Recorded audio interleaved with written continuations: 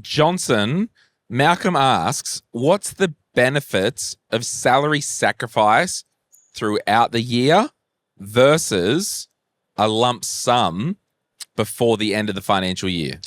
So, salary sacrifice throughout the year, you will be buying units in your super funds on a more regular basis. So, you'll be getting the much better of the compounding effect and also be reducing timing risk. So, when you're entering the market of a lump sum as a particular date, you'll be your success of that investment will be determined on the date that you enter. When we split it up over, let's say, monthly or fortnightly with the now the super pay same day option through work, you're essentially just reducing your risk and having more compounding effect over the the prior 12 months rather than waiting 12 months down the track. Do you have a view? It depends on the client, but so to add on to that, psychologically, I think for a lot of clients, it's easier for them to forego the money throughout the year on a regular basis rather than getting to the end of financial year and then saying you've got to take, I don't know, 15K from your bank account and then put it into super. Sometimes it's harder for them to do that on a psychological basis. But from a tax perspective, it makes no difference if you do it throughout the year versus as a lump sum, provided you use the right forms.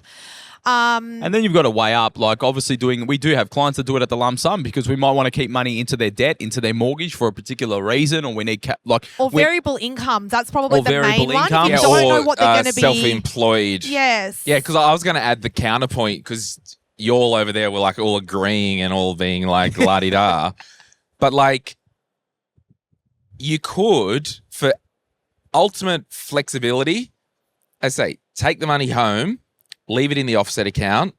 At the end of the year, at the start of the year, make the judgment call. Yeah, we're going to put more money into super, then do a notice of intent to claim, do that. So make the judgment call at the end of the year. I think sorry, go ahead. No, you go. This is your show, Delene. You've been on twice in 2 years. This is your show. Okay. I was just going to say, like, there's one other risk is around your employer actually putting the money in. I've actually dealt with clients in the past where the money hasn't gone into super and they've had to go to FIG, I think it was called, to like recoup the money. I thought you were going to talk about the ultimate trap reason. Can you think of one of the trap reasons that you wouldn't salary sacrifice throughout the year if you had one thing? Come on, I got the three brightest minds in the world in front of me. Are you talking about like the contributions counting towards employer caps? No. All right, so producing? No. Yeah, what is the reason that someone wouldn't want to do the salary sack to super throughout the year? Yes. But we've got ways around that, so it's not an issue for us because you just ask the employer to do a tax withholding and withhold extra tax throughout the year. So you help the client work out how much it's going to affect their... Yeah, but if you're not schooled in understanding how that works, you'll get a nice surprise at the end of the year. You'll get a tax bill. Mm-hmm.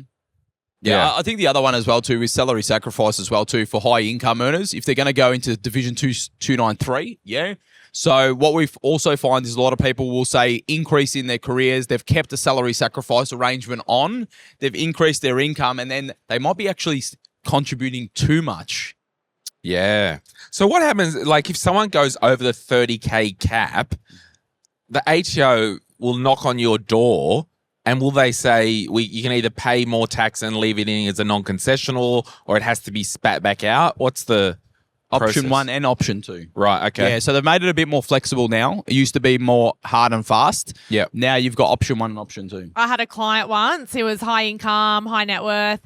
He was maxing his cap back when it was lower, like 25 grand.